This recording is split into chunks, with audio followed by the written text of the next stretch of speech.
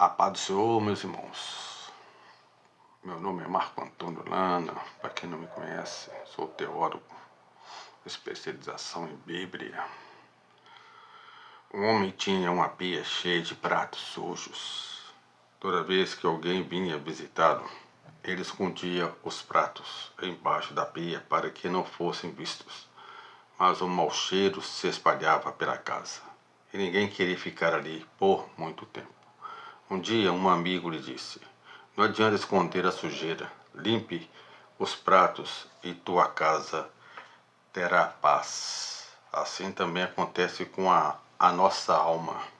Se não limparmos as impurezas, os odores espirituais afastam a presença de Deus e atraem aquilo que não é santo. No Velho Testamento, meus irmãos, diz assim: Deus ordenava a limpeza dos utensílios, roupas e até do corpo como parte da santificação. Levíticos capítulo 11, versículo 32 ao 35 diz assim: se um deles morrer e cair sobre algo, tornará impuro esse objeto, seja de madeira, tecido, couro ou pano de saco.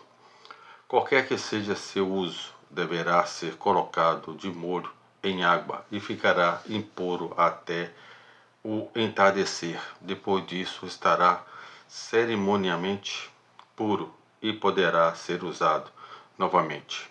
Se um desses animais cair numa vasilha de barro, tudo que estiver dentro da vasilha ficará contaminado e a vasilha deverá ser despedaçada. Se a água dessa vasilha cair sobre algum alimento, ele ficará contaminado. Qualquer bebida que estiver dentro da vasilha ficará contaminada. Qualquer objeto no qual o cadáver de um desses animais cair ficará contaminado. Se o objeto for um fogão ou um forno de barro, deverá ser destruído, pois está contaminado e deverá ser tratado como tal. E Números 19, 11 e 12 diz assim: quem tocar num cadáver humano ficará cerimonialmente impuro por 7 dias. No terceiro e no sétimo dia ele se purificará com a água da purificação. Então estará puro. Mas se não seguir esse procedimento, no terceiro e no sétimo dia, continuará impuro, mesmo depois do sétimo dia. Números 19, versículos de 11 e 12.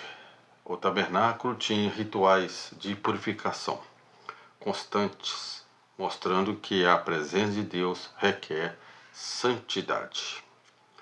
No Novo Testamento, Jesus denunciou os fariseus por se preocuparem apenas com a limpeza exterior, enquanto o interior permanecia sujo. Mateus 23, 25 ao 26. O Espírito Santo habita em nós e por isso nosso corpo é chamado templo. 1 Coríntios capítulo 6, versículo 19 a 20. Então vamos lá, Mateus 23, 25 a 26 diz assim: que a aflição os espera, mestres da lei e fariseus hipócritas, tenham cuidado de limpar a parte exterior do corpo e do prato, enquanto o interior está imundo, cheio de ganância e falta de domínio próprio. Fariseus cegos, lavem primeiro o interior do corpo e do prato, e o exterior também ficará limpo. Mateus 23, 25 a 26. 1 Coríntios 6, 19 e 20. Vocês não sabem que o seu corpo é o templo do Espírito Santo, que habita em vocês e lhes foi dado por Deus? Vocês não pertencem a si mesmos, pois foram comprados por alto preço. Portanto, honrem a Deus com seu corpo. 1 Coríntios capítulo 6, versos 19 a 20. A limpeza exterior era sombra da purificação interior que só Cristo pode realizar.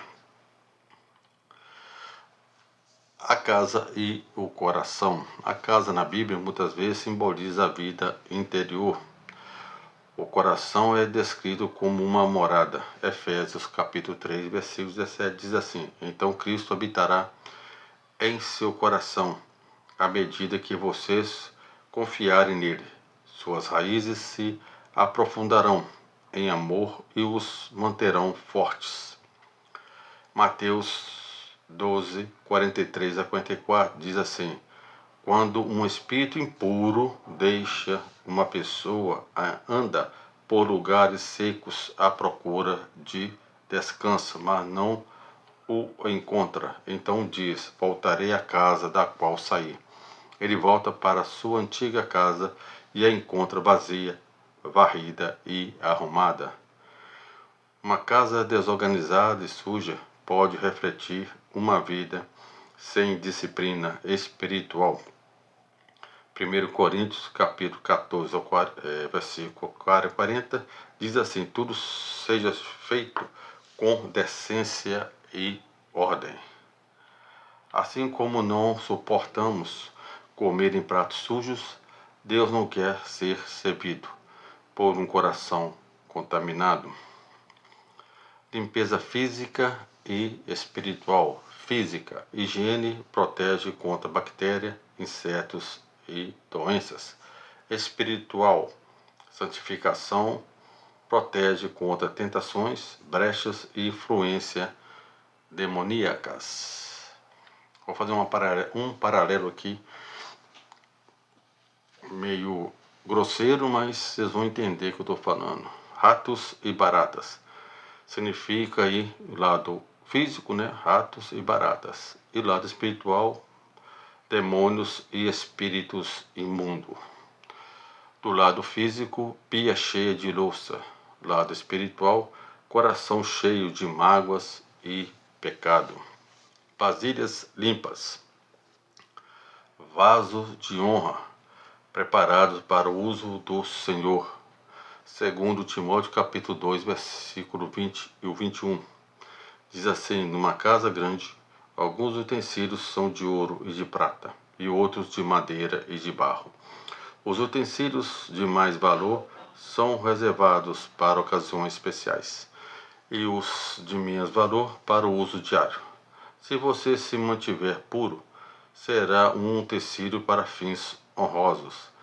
Sua vida será limpa e você estará pronto para que o Senhor da casa o empregue para toda boa obra. Segundo Timóteo, né, capítulo 2, verso 20 e 21. Santificação, o processo contínuo. A limpeza da casa é diária, assim também a do coração. 1 João 1,9. Se confessarmos os nossos pecados, Ele é fiel e justo para nos perdoar e nos purificar de toda injustiça. Salmo 51,10. Cria em mim, ó Deus, um coração puro. Santificação não é só um ato único, mas um processo diário de se deixar limpar pela palavra e pelo Espírito. João capítulo 15, verso 3 diz assim: Vocês já foram limpos pela mensagem que eu lhes dei. E Efésios capítulo 5, versos 26, a fim de torná-la santa, purificando-a ao lavá-la com água por meio da palavra. Efésios 5, 26. O perigo da negligência. Uma casa abandonada logo atrai sujeira, mau cheiro e invasores. Uma vida sem oração e sem palavra logo atrai pecado e opressão. Jesus alertou: o espírito maligno volta se encontrar a casa vazia. Mateus 12, 43 e 45. Quando o espírito impuro deixa uma pessoa, anda por lugares secos à procura de descanso, mas não o encontra. Então diz: Voltarei à casa da qual saí. Ele volta para sua antiga casa e a encontra vazia, varrida e arrumada. Ou seja, não basta limpar, é preciso encher a vida com a presença de Deus. chamado à santidade. Nós somos chamados à santidade, meus irmãos. Segundo Coríntios, capítulo 7, verso 1. Purifiquemo-nos de toda impureza da carne e do espírito, aperfeiçoando a santidade no temor de Deus. Hebreus 12:14. Segue a paz com todos e a santificação, sem a qual ninguém verá o Senhor. Santificação é mais do que limpeza, é separação para Deus. Assim como não usamos pratos sujos para convidados, Deus não usa vasos contaminados para a sua obra. A sujeira exterior aponta para a realidade espiritual. Precisamos de ordem, limpeza e santificação. Talheres, pias e vasilhas sujas podem simbolizar o coração carregado de pecados. O Espírito Santo deseja habitar em vasos limpos, não em recipientes contaminados. Assim como cuidamos da nossa casa para não deixar sujeira acumular, precisamos diariamente deixar o Espírito Santo limpar nossa mente, coração e corpo, para que sejamos vasos de honra para o Senhor.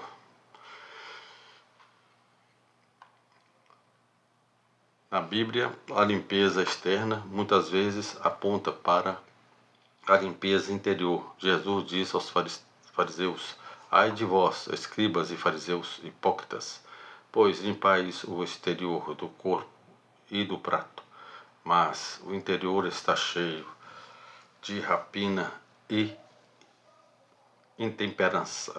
Mateus 23, verso 25.